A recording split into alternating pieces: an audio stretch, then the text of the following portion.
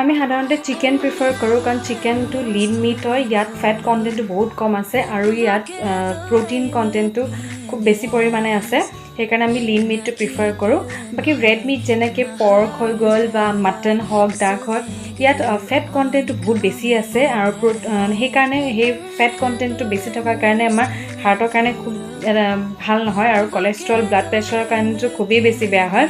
সেইকাৰণে পাৰিলে আপোনালোকে লিন মিটটো ব্যৱহাৰ কৰিব আৰু ৰেড মিটটো এভইড কৰিব।